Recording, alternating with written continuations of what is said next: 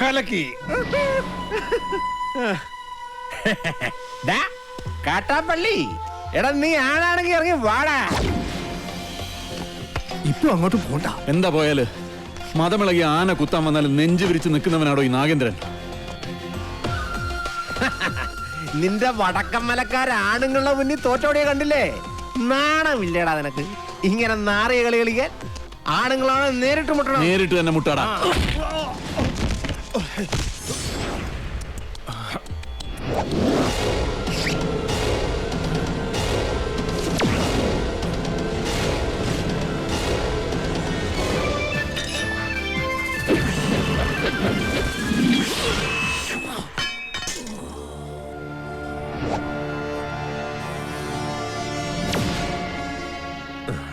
ഇതിനെ നെഞ്ചിന് നേരെ എറിയാൻ അറിയാൻ മേലാഞ്ഞിട്ടല്ല, നിർത്തിക്കോ, ഇവിടെ വെച്ച് നിർത്തിക്കോ. ഇല്ലെങ്കിൽ ബയറുകീറി കോടലി പുറത്ത് വന്ന് അതിനെ പട്ടി തീട്ടിക്കും. നിൻകെ നൻപക്കെ ഗൊത്തില്ല, കാട്ടുപുളി നായിന്റെ പട്ടി മോനെ.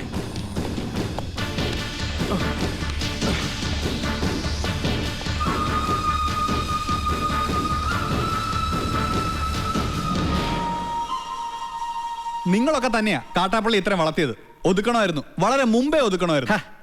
അറിയാൻ പാടില്ല, പക്ഷെ അവനെ കൊന്നിട്ട് ഞാൻ ജയിലിൽ പോകാൻ പാടില്ല. എന്റെ ശത്രു വേറെയാ. എന്റെ അച്ഛനെ 16 വെട്ടുവെട്ടിയിട്ട് കടന്നു കളഞ്ഞ എന്റെ ആജന്മ ശത്രു വീരു.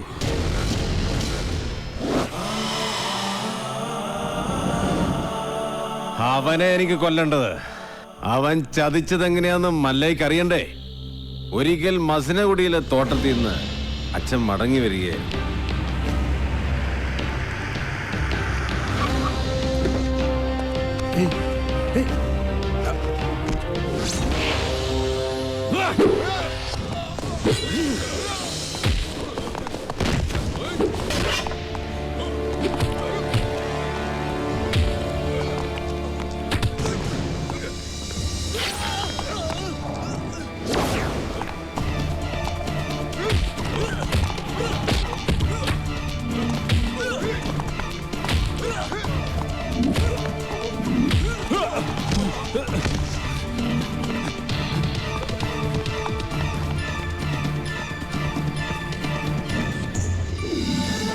ഇവന് കന്നഡ മാത്രമേ അറിയൂ, മലയാളം തീരെ അറിയില്ല. ആരും പോലും ഇല്ലാത്തവനാ. വീരുന്ന പേര്. ഒരു മകനെ പോലെ തന്നെയാ അച്ഛൻ അവനെ കൊണ്ടു നടന്നത്. ഒരു കൂടപ്പറപ്പിനെ കിട്ടിയെന്ന് ഞാനും കരുതി. പക്ഷേ അച്ഛനെ ആക്രമിച്ചവനെ ഒരിക്കൽ പോലീസ് പിടികൂടി. അവനിൽ നിന്ന് ഞെട്ടിപ്പിക്കുന്ന സത്യമാ ഈ ഗ്രാമം അറിഞ്ഞത്. വീരു അവന്റെ സംഘത്തിൽപ്പെട്ടവൻ തന്നെയായിരുന്നു. ഒരു സഹായിയെ പോലെ കടന്നുകൂടി വൻ കവർച്ച നടത്താനായിരുന്നു അവരുടെ പദ്ധതി. ഇത് അറിഞ്ഞതോടെ എന്റെ അച്ഛനെയും കുറുപ്പച്ഛനെയും ആക്രമിച്ച് പണം തട്ടിയെടുത്ത് അവൻ ഓടി. പക്ഷെ അവൻ ചെന്നുപെട്ടത് ഞങ്ങളുടെ ആശ്രിതനായ വടിവാള് വാസുന്റെ മുന്നിലാ.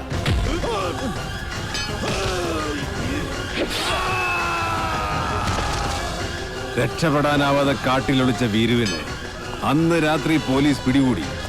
പിറ്റേന്ന് തെളിവെടുപ്പിനായി അവനെ കൊണ്ടുവന്നപ്പോ എല്ലാ കുറ്റങ്ങളും അവൻ സമ്മതിച്ചു.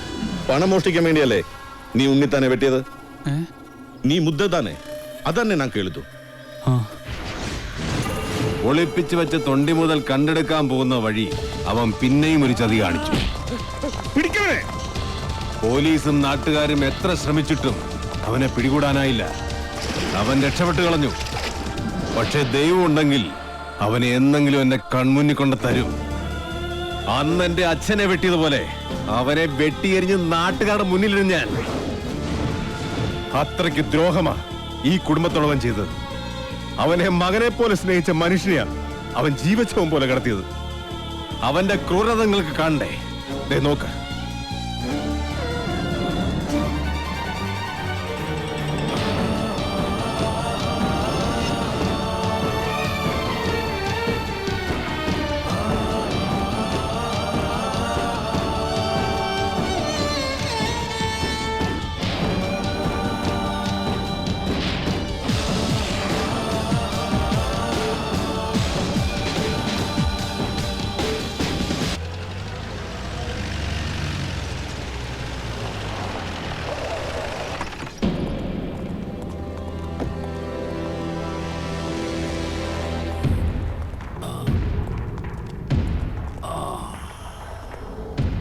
അന്നേ ഞാൻ നിന്നോട് പറഞ്ഞതാ വേണ്ടാത്ത പണിക്ക് പോണ്ടെന്ന്. കേട്ടില്ല.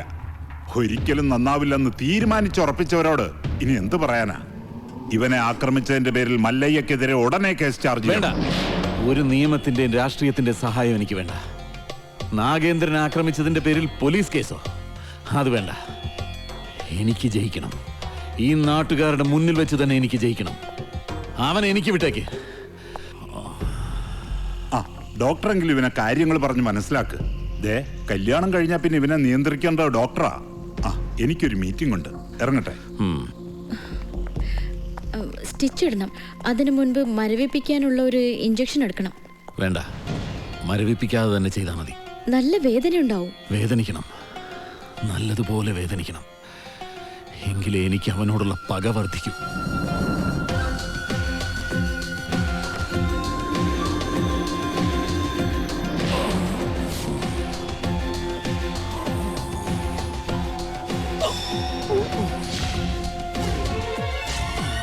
എന്ത് പറ്റിയതാ? മതമിളകി ആന വന്നപ്പോ നെഞ്ചും വിരിച്ചു നിന്നതാ. അത് കുത്തിയേച്ചും പോയി.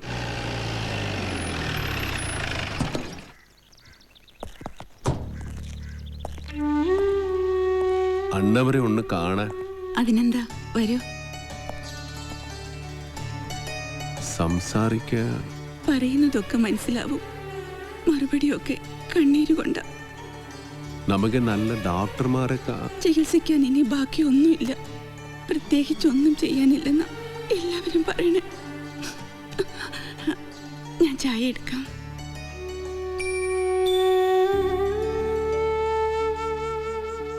എന്നെ മനസ്സിലായ ഇത് നാണ് വീറു. അന്നവര് മകനെ പോലെ സ്നേഹിച്ച വീറുവനാണ്.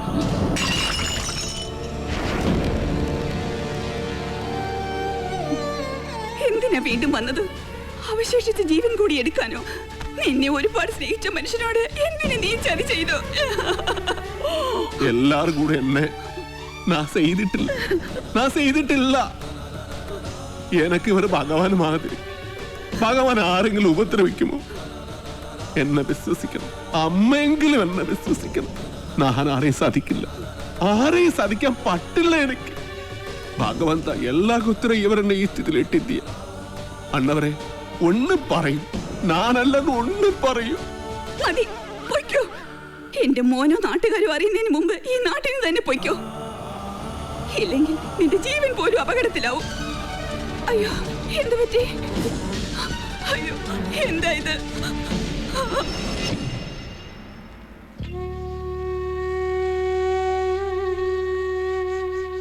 ഇതൊരു പ്രോഗ്രസ് ആയിട്ട് കണ്ടാൽ മതി.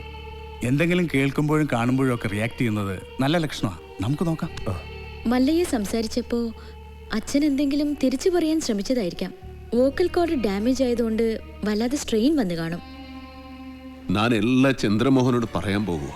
വേണ്ട, ഞാൻ വിശ്വസിച്ച പോലെ അവനെല്ലാം വിശ്വസിക്കണമെന്നില്ല. എല്ലാ സത്യം അറിയണ ആളാ. അകത്ത് സംസാരിക്കാൻ കളിയാതെ കിടക്കണം. അന്ന് മലയാളം അറിയാതെ നൻകെ എന്ത് പറഞ്ഞു എന്ത് ചെയ്തു അറിയില്ല. ആരെന്നെ സാധിച്ചു അറിയില്ല. അതുകൊണ്ട് തന്നെയാ ചന്ദ്രമോഹൻ ഒന്നും അറിയണ്ടെന്ന് പറഞ്ഞത്. മല്ലയെ എന്ത് പറഞ്ഞപ്പോഴാ അച്ഛൻ റിയാക്ട് ചെയ്തത്?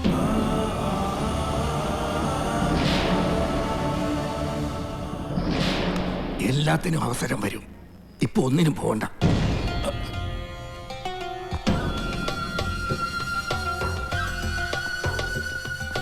പാമ്പിനെയാ നീ നോവിച്ചു വിട്ടത്. സൂക്ഷിച്ചോ. എല്ലാറ്റിനും കടുക് കീറി കണക്ക് തീർക്കുന്ന ഒരു ദിവസം വരും. അന്നേ നമ്മൾ തമ്മിൽ കാണും. ഇപ്പൊ ബയർ മാത്രമേ കീറിയുള്ളൂ. വേഗം പൊയ്ക്കോ, ഇല്ലാന്ത്രേ മൊത്തം വലിച്ചു കീറും. കാണാം നമുക്ക്. കാണാം.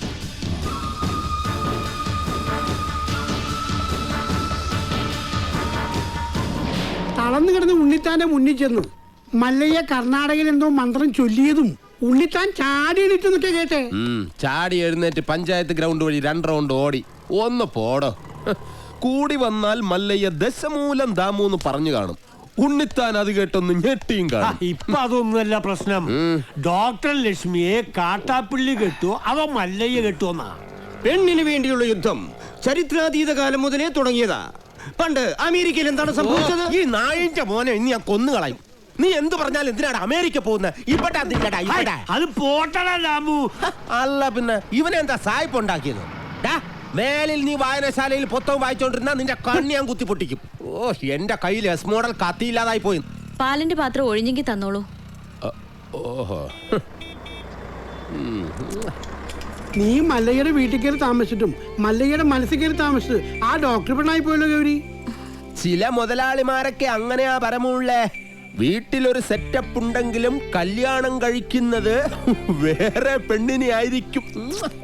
ഇഷ്ടപ്പെട്ടില്ലേ? പെട്ടില്ല. മാപ്പൊന്നും പറയണ്ട, പൊക്കോ. വൃത്തിയായിട്ടവനെ ഉമ്മ വെച്ച് കളിക്കുന്ന ചെവിയും കെട്ടൂടാ, കണ്ണും കണ്ടൂടാ. ശിവനെ, ഇത് യാത് ജില്ല? നിക്കറിയവിടെ. തൽക്കാലം മല്ലയെ ഇത് അറിയണ്ട. പെങ്ങളൂട്ടി പൊക്കോ. യുവമാരൊന്നും ശരിയല്ല, പൊക്കോ. സ്ത്രീകളെ ഞാൻ തല്ലാറില്ല, പക്ഷെ ഇതുപോലെ ചിരിക്കുന്നവന്മാരെ ഞാൻ വെറുതെ വിടാറുമില്ല. കമന്റ് അടിച്ചിട്ട് ചിരിക്കുന്നവടാ, കള്ളക്കളവാ. ചിരിക്കടാ, ധൈര്യം ഉണ്ടെങ്കിൽ ചിരിക്കടാ. നിനക്കൊക്കെ എന്നെ ശരിക്കും അറിയാൻ പാടില്ല. എടാ, നീയൊക്കെ ബോംബെയിലെ അധോലോകമായ ധാരാവി ധാരാവി എന്ന് കേട്ടിട്ടുണ്ടാ? ഞാൻ കേട്ടിട്ടുണ്ട്, പോയിട്ടുണ്ട്. എന്താടാ അണ്ണാ, ഇനി പോകുമ്പോ എന്നെ കൂടെ കൊണ്ടുപോകൂ. സത്യം, ഞാൻ ഇതുവരെ പോയിട്ടില്ല. ഫുൾ ചെലവ് എന്റെ വക. കൊണ്ടുപോവാന്ന് പറ. ഇനി വേറൊരു കഥ പറയാം. ആ കൈ ഇങ്ങടുത്തെ. ഒരു ഉറുമ്പ് ഇങ്ങനെ നടന്ന് നടന്ന് നടന്ന് നടന്ന് നടന്ന് ഞങ്ങൾ ഈ ആനയുടെ ഉറുമ്പിന്റെയും കഥ. ഒരു കാര്യം പറഞ്ഞേക്കാം, അങ്ങനെ ദേഹത്ത് തൊട്ടുള്ള കഥ പറച്ചിലൊന്നും വേണ്ട. പാവങ്ങളാണെങ്കിലും ഞങ്ങൾക്കും ഇത്തിരി അന്തസ്സും അഭിമാനമൊക്കെ ഉണ്ടെന്നുള്ള കാര്യം മറക്കരുത്. അതുകൊണ്ട് മേലിൽ അവളെ ശല്യം ചെയ്യാൻ നിൽക്കരുത്. ഭർത്താവ് തളർന്നു എടുക്കാൻ തുടങ്ങിയിട്ട് 5-6 കൊല്ലമായല്ലേ? കാര്യങ്ങളൊക്കെ ഇങ്ങനെ നടക്കുന്നു. വീട്ടിലെ ചെലവിന്റെ കാര്യങ്ങളേ എന്നോട് സ്നേഹമാണെന്നൊന്നും ചാണകം വരുന്ന കൈ കൊണ്ട് അടിമേടിക്കല്ലേ? എന്റെ കൂടെ പോന്ന ചാണാൻ വരുന്ന കൈ കൊണ്ട് ഞാൻ സ്വർണം വാരിക്കും. രണ്ടും കൂടി കിന്നാരം പറഞ്ഞു നിൽക്കാണ്ട് ആ പശുക്കൾക്ക് പുല്ലോ വൈക്കോലോ എന്തെങ്കിലും ഇട്ടു കൊടുക്ക്. ഞാനിവിടെ പശുവിന്റെ ഉച്ചിഷ്ടമേറ്റം വാരിക്കൊണ്ടിരിക്കുക. 3 നേരം വെട്ടി വിഴുങ്ങണ്ടേ? മനുഷ്യനെ പണി ചെയ്യാൻ സമ്മതിക്കൂന്ന് വെച്ചാ? ഇയാള് ഒരുപാട് പണി ചെയ്യുന്നുണ്ടെന്ന് എനിക്ക് മനസ്സിലായി. പാലില് വെള്ളം ചേർത്ത് വിൽക്കുക, വൈക്കോല് മറിച്ച് വിൽക്കുക, ഇതൊക്കെയല്ലേ താൻ ചെയ്യുന്ന പണി. എന്റെ ഈ അന്നസത്യം ഞാനങ്ങനെ ചെയ്തിട്ടില്ല. വെറുതെ കഴിഞ്ഞ ആഴ്ച നടന്ന കാര്യങ്ങൾ പറഞ്ഞ് എന്നെ നാറ്റിക്കരുത്. ഒന്നിനും വിശ്വസിക്കാൻ കൊള്ളില്ല. വിശ്വസിച്ച് കൂടെ നടക്കുന്നവരാ ചതി കാണിക്കുന്നത്. ഇവളെന്താ ഒരുമാതിരി വാവെടുത്ത പശുവിനെ പോലെ? ഞാൻ ഇന്നലെ വെണ്ണ കട്ട് വിറ്റതെങ്ങാനും ഇവള് അറിഞ്ഞ? അതെ, ആ വീട് പണി ഒന്ന് വേഗം തീർക്കാൻ പറയണം. അല്ലെങ്കിൽ ഒരു വാടക വീടെടുത്ത് ഞങ്ങൾ ഉടനെ അങ്ങ് മാറ്റണം. എന്താ ദിടീരങ്ങനെ തോന്നാൻ കാരണം? നിങ്ങളുടെ കൂടെ ഉള്ള ആളെ കൊണ്ട് വലിയ ശല്യായിരിക്കാം. ആറ് മുറുകനോ? അവൻ നിന്നെ എന്ത് സെൽഡേസ് ചെയ്തു? എന്നെ അല്ല, മീനാക്ഷിയെ. അത് വല്ല തമാശക്കാക്കി പറഞ്ഞതാ. കളിയും തമാശ ഒന്നും അവളുടെ അടുത്ത് വേണ്ട. എനിക്കോ ചീത്തപ്പേരായി, ഇനി അവൾക്ക് കൂടി ചീത്തപ്പേരുണ്ടാക്കി വെക്കണോ? നിൻകെ ഒരു സീത്തപ്പേരുണ്ടായാൽ അത് കളയാതെ നോക്കേണ്ടത് നിൻ ജവാബ്ദാരി, നന്ദല്ല. കളിയാക്കണ്ട. മല്ലയ്ക്ക് നല്ല ചീത്തപ്പേരാ. ആ ഡോക്ടർ പെണ്ണായിട്ടുള്ള അടുപ്പം ഈ നാട് മുഴുവനും പാട്ടാ. പാട്ട് മാത്രമല്ല, എന്റെ പാടി ഇറങ്ങിയിട്ടുണ്ട്. സീടെ ഈ നാട്ടുകാരെ കൊണ്ട് ഞാൻ തോട്ടല്ലോ. ഇവരിത് എങ്ങനെ മണത്തറിഞ്ഞു? ഞാനിത് രഹസ്യമായിട്ട് വെച്ചിരുന്നതാണല്ലോ. ഇയാളത്ര ശരിയല്ലെന്ന് എനിക്ക് പണ്ടേ അറിയായിരുന്നു. ഒരു പാതിരായിക്ക് എന്റെ മുറി കയറി വന്നല്ലേ. ഓഹോ, അപ്പോൾ അങ്ങനെ ഒരു സംഭവം ഉണ്ടായിരുന്നല്ലേ? എന്താ മല്ലയ്യ, എന്താ ഞാൻ കേൾക്കുന്നത്? പാതിരാത്രി പെൺപിള്ളേരെ മുറി കയറി ചെല്ലുമ്പോ അവരറിയാതെ കയറി ചെല്ലണ്ടേ, അല്ലെങ്കിൽ നമുക്ക് ചീത്ത പേരാ. എളുപ്പിനൊരു 3 മണിക്ക് ചെന്നോളൂ, കുഴപ്പമുണ്ടാക്കൂല. എന്റെ അനുഭവത്തിനാ ഞാൻ പറയണത്. കുട്ടിയുടെ കാര്യത്തിലല്ല, നമ്മുടെ ഭർത്താവ് ഉപേക്ഷിച്ചു പോയി കാർത്തിയാനില്ലേ, ഇരിങ്ങാലക്കുട ജംഗ്ഷനിൽ പാലുറ്റി നടന്ന എന്നെ കെട്ടിയിട്ട് നാട്ടുകാരെല്ലാം പോയപ്പോ ജെട്ടിട്ടോടിയില്ലേ ഞാൻ. ഇത്രയും കാലം ഞാൻ ഇതെല്ലാം മറച്ചു വെച്ചു. ഇനി ഞാൻ ഇതെല്ലാവരോടും പറയാൻ തന്നെ പോവാ. നീ പോയി പറയടി. കുറെ നാളായാലോ നീ ഇത് പറഞ്ഞ് എന്നെ വേടിപ്പിക്കുന്നു. ഇനി ഞാനൊരു സത്യം പറയട്ടെ, അന്ന് ഞാൻ വന്നത് ശരിക്കും നിന്നെ നശിപ്പിക്കാനാ. നീ പെട്ടെന്ന് എഴുന്നേറ്റത് കൊണ്ട് നീ രസപ്പെട്ടു. ഇനി നിന്നെ രസപ്പെടില്ലടി. ഇത് കണ്ടോ, ഇത് ബോധകെടുത്താനുള്ള സ്പ്രേ ആണ്. ഇത് അടിച്ചിട്ട് നിന്നെ നശിപ്പിക്കും. മുന്ത ഹിന്ദ എന്നോട് നശിപ്പിക്കും. അതെ, മല്ലയെ സൂക്ഷിക്കണം. പൂട്ടിയിട്ടതായണ പോലും വെടിവെച്ച ആളാ. ഈ ഇരുമ്പിന്റെ ചുരിദാർ ഇറങ്ങിയിട്ടുണ്ടെങ്കിൽ ഒരെണ്ണം വാങ്ങിച്ചോളൂ, അല്ലെങ്കിൽ വേണ്ട. അയാൾ അങ്ങനെ വിട്ട ശരിയാവില്ലല്ലോ. ഞാൻ വന്ന് കുട്ടിക്ക് കൂട്ടുകെടുക്കാം. നിന്നോട് ഞാൻ പല പ്രാവശ്യം പറഞ്ഞിട്ടുണ്ട് ആ മീനാസി സെല്ല് ചെയ്യരുതെന്ന്. നിനക്ക് നാച്ചിക്കാകിൽവാ? ഓ, മല്ലയ്യ അത്ര നല്ല പിള്ളയൊന്നും ചമയണ്ട. പാതിരാത്രി മുറി കയറി ചെന്നിട്ട് ബോധം കെടുത്തിട്ടുള്ള പദ്ധതി പറയുന്നൊക്കെ ഞാനും കേട്ടു. എടാ, അത് ഞാനവിടെ സുമ്നെ പട്ടിക്കാൻ പറഞ്ഞതല്ലേ. ഇത് നിജവാകലോ ഷേവിംഗ് ക്രീമോ? അയ്യേ, ഇത് പണി കാണിച്ചേ.